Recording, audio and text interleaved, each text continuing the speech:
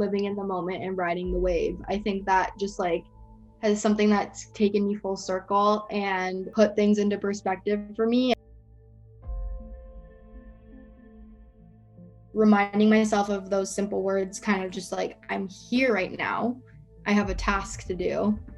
I need to live in this moment right now where I am and focus on what I can do right now.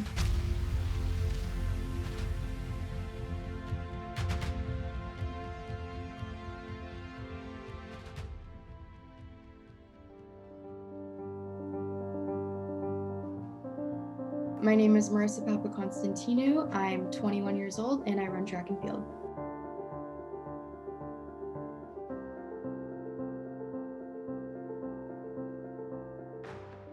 I started in able-bodied sports.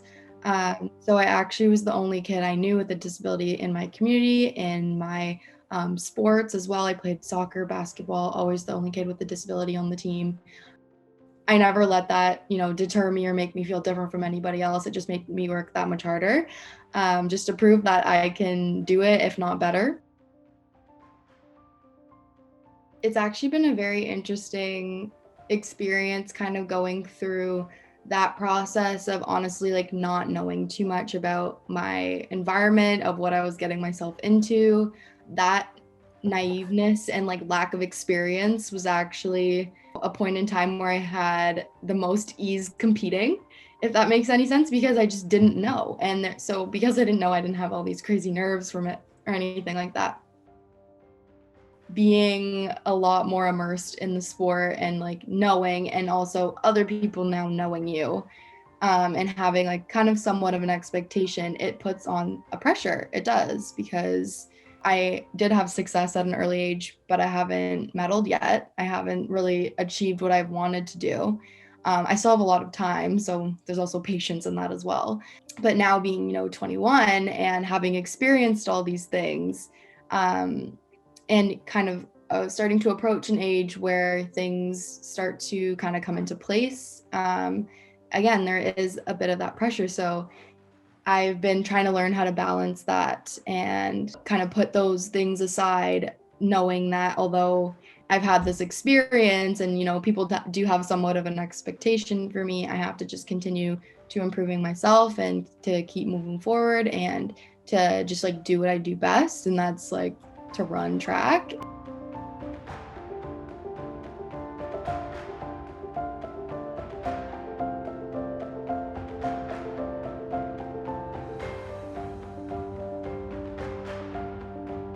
My name is Bill Papaconstantinou, and I'm the proud parent of Marissa, proud dad. We're extremely proud of both our daughters. And Marissa, I got to tell you, she's had some things to deal with too at an early age with competition. I pray it continues. I think faith is important. We talk about, faith, family. We talk about athletics. We talk about school. And definitely within all that, you better make sure you have fun with it.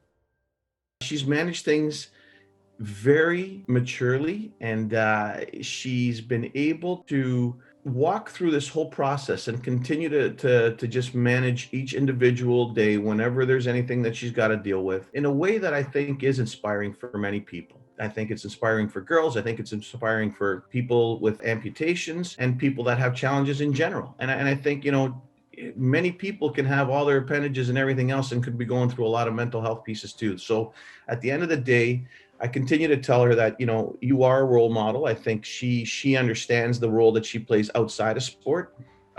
She's very articulate about, making sure that message is heard, and just, really live in the moment and definitely plan for the future, but, have fun doing it. And that part about faith, whatever we believe in, I think is important because it continues to drive her inner strength on a daily basis.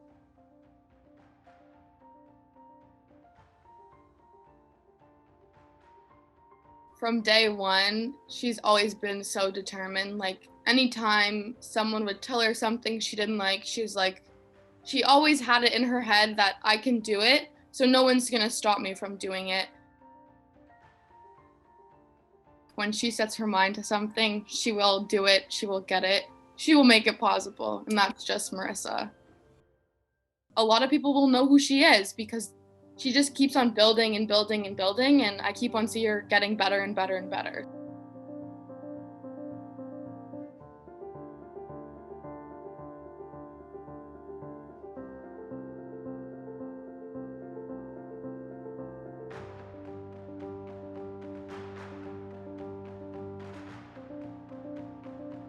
Honestly, it was so surreal. I mean, so they send you an email. That's how you find out. I had good feelings, but you never know.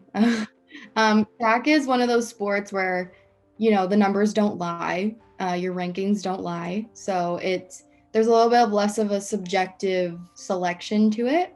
Having said that, there is still a subjective selection. So, I was only 16. I was like, what if they don't want to take me because I'm too young and they don't think I'm experienced enough?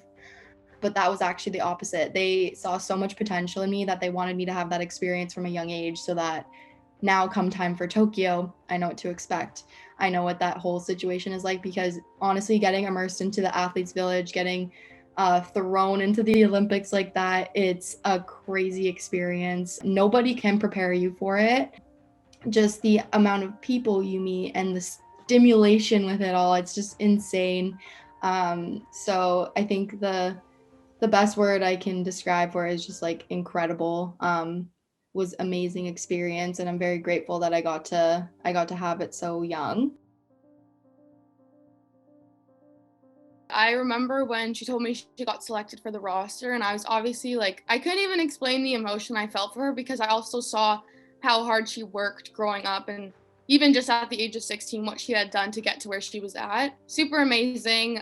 I couldn't even express it into words. This was what she wanted, and it's what she's been working towards. So just seeing her hit that milestone of, hey, I'm a Paralympian, this is me, I can do it, doesn't matter my age, doesn't matter what I've gone through, where I've come from, this is who I am, and this is what I want to achieve. So I was definitely super proud of her, and I continue to be proud of her to this day.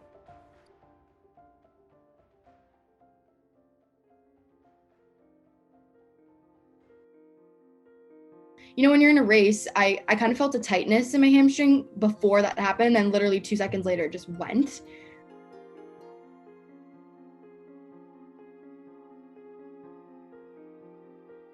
I didn't really know what to think. I was like, oh my God, I can't really believe this happened. But, I still got up and I finished the race.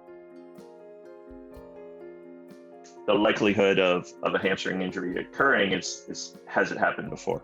So you want to make sure, in her case, I believe this was her first ever major hamstring tear, that you really take the first rehab very cautiously and optimize, trying to get things back to nearly 100%. That was our priority, was making sure that this first tear was as minimal as possible. I had worked so hard for that, and I didn't want to not at least finish, although there was a super slow time beside my name.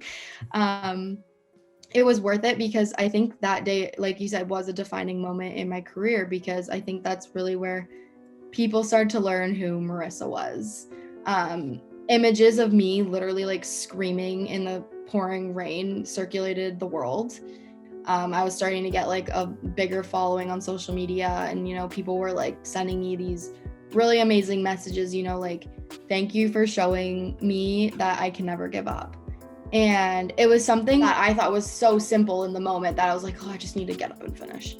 But, I also got a standing ovation from the crowd that was there, that, it doesn't matter how many times you fall down. It's just you're going to get back up and keep moving forward and persevere regardless of the challenges that come your way. Learning all that and going through that, I know I've earned those things because I've gotten to a certain point in my life where I've worked really hard, and I am very proud of what I stand for and the example I set for others and the influence I can have in the sport community, in the para-disability community. And, again, it's just all these things that kind of came from that one injury that kind of trickled into so many other things. But I think at the end of the day, I learned a lot from it.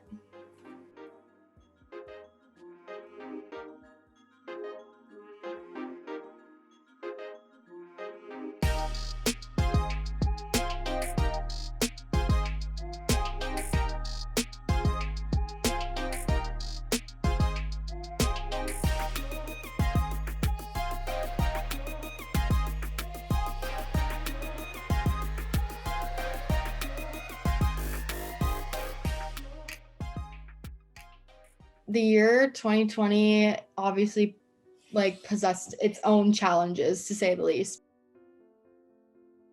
COVID summer made her realize her why. We stepped back and we're like, okay, how can we get better? Even though right now the odds are stacked against every athlete in the world right now.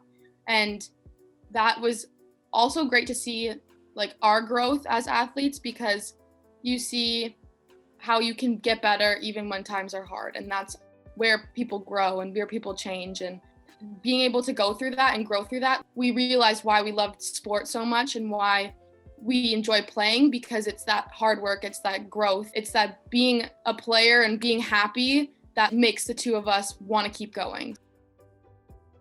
After experiencing 2019, I came into 2020 with a completely different mindset. I was like, you know what, I'm just gonna live in the moment and ride the wave and see where it takes me, continue to live in the now and focus on my day-to-day. Because at the end of the day, it's like tomorrow's never guaranteed. Next week is never guaranteed. So it's like all I can do is focus on what I'm doing in this very moment. You prepare for those things, like you plan and you goal set, but there's also a lot of value in focusing on what you're doing at the time. So I kind of like shifted that mindset, and definitely helped me when, you know, quarantine hit. We didn't have any facilities to train at. I just made it work every single day. I just continued to find joy and love in whatever I was doing at that time. Right now for Tokyo, I just need to really think about setting my own personal best. I feel good going into this season. I feel pretty confident in my abilities. Obviously, it's my major goal is, you know, setting world records, gold medal. She's experienced things. She is now an experienced sprinter. She has gone to these different world championships and she's been through it. The traveling takes experience, and learning how to go to a venue and how to handle yourself in the build up to a venue and things like that. Those are all little experiences that you have to do in order to really fully understand. So she has those, she understands those things. So that's a real big advantage. But certainly, and this is something her and I have talked about, you don't want at this point to still just be happy to be there, right? The first few times you want to be happy to be there. You want to take in those experiences. Now there is an added pressure, and I think in a good way, of being there to perform, right? To be there, to be at your best, to show your best and to perform well. So I think there certainly is an added pressure, but I think it's a good thing.